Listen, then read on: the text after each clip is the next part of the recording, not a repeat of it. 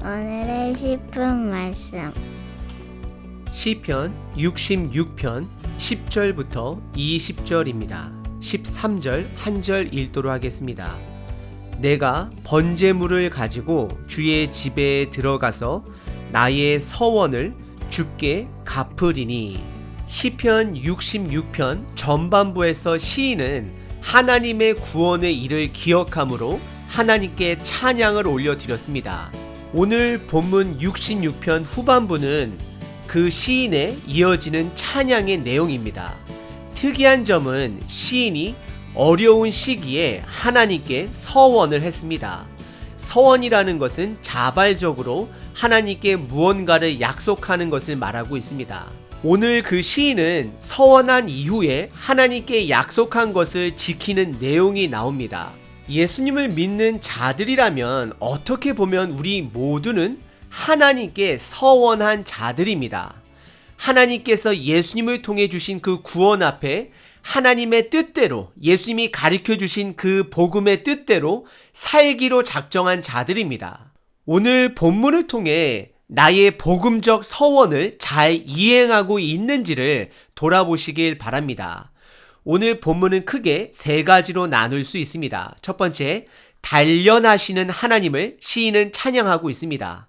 두 번째, 서원한 것을 지키는 시인의 모습을 보여줍니다. 그리고 마지막 세 번째, 들으시는 하나님인 것을 시인은 선포하고 있습니다. 첫 번째 부분은 10절서부터 12절까지 단련하시는 하나님을 찬양합니다. 10절에 하나님께서 이스라엘 백성들을 시험하셨는데 그 목적은 그들을 은과 같이 단련하기 위함이다 라고 말하고 있습니다. 그리고 그 단련의 내용을 11절과 12절에 보다 자세하게 설명하고 있습니다. 11절에 이스라엘 백성들이 그물에 걸리게 하셨고 어려운 짐을 허리에 두었다라고 말을 합니다. 그물에 걸린 것은 노예가 된 것을 말하고 어려운 짐의 허리는 고된 노동을 말하는 것입니다. 그리고 이어서 12절에 사람들이 우리 머리를 타고 가게 하셨다라고 말을 합니다. 이것은 군사들이 그들을 정복했음을 말하고 있습니다. 그리고 부정적인 뜻으로 사용된 불과 물을 통과하게 했다라는 것은 완전히 반대되는 상황인 불과 물을 상징적으로 사용하며 그들의 다양한 고난을 말하고 있는 것입니다. 그리고 11절 마지막에 그들을 결국 풍부한 곳으로 들이셨다라고 시인은 고백합니다. 오늘 본문의 배경은 아마도 이스라엘 백성들이 애굽의 노예로 있던 시기가 아닌가 추정해 볼 수 있습니다. 사실 이스라엘 백성들이 겪은 고난은 그들의 죄로 인한 고난이 대부분이었습니다. 하지만 하나님의 은혜로 그들은 구원을 얻은 것입니다. 그래서 하나님의 주권을 신뢰하는 자는 현재의 고난이 나를 단련시키기 위한 상황적 도구라는 것을 인지해야 합니다. 혹시 지금 오랜 팬데믹으로 인해 어려움에 처하신 분들이 계시다면 우리 함께 견뎌냅시다. 현재의 고난은 반드시 지나갈 것입니다. 그리고 이 고난은 우리로 하여금 삶의 우선순위를 분명하게 보게 하는 단련의 시간이기도 합니다. 오늘 본문의 첫 번째 부분은 단련하시는 하나님을 찬양하는 시인을 보았습니다. 하나님은 결국 우리들을 풍부한 곳으로 인도하실 것을 신뢰하는 저와 여러분 되시기를 바랍니다. 그리고 오늘 본문의 두 번째 부분은 13절서부터 15절까지 시인 저자가 하나님 앞에 예전에 서원한 것을 지키는 모습을 보여줍니다. 13절에 그가 번제물을 가지고 주의 집에 들어가서 나의 서원을 주께 갚기로 작정하였다라고 말을 합니다. 그리고 14절에 그 서원은 그의 환난 날에 하나님께 약속한 것을 지키기 위한 본인의 순종임을 말하고 있습니다. 그리고 그 서원으로 14절과 15절에 보시게 되면 그는 수량, 수소, 염소를 하나님께 드린다라고 말하고 있습니다. 그 당시 귀한 순양과 수소와 염소를 제사로 드릴 수 있는 재력을 가진 자는 분명히 높은 사람일 것입니다. 아마도 이스라엘의 왕으로 추정해 봅니다. 그는 하나님께 약속한 것을 지킨 자였습니다. 예수님을 믿기로 결단한 자들은 그들 삶 속에 세례나 침례식을 통해 공동체 앞에 하나님의 길, 예수님의 길을 따라가기로 결단한 자들입니다. 저와 여러분들은 그 서원이 잘 지켜지고 있습니까? 우리는 완벽이 아닌 최선을 향해 살아가야 합니다. 우리는 최선을 다해 매 순간 나만의 십자가, 즉 나의 욕심을 죽이고 예수님이 가르쳐 주신 그 복음의 길에 순종해야 합니다.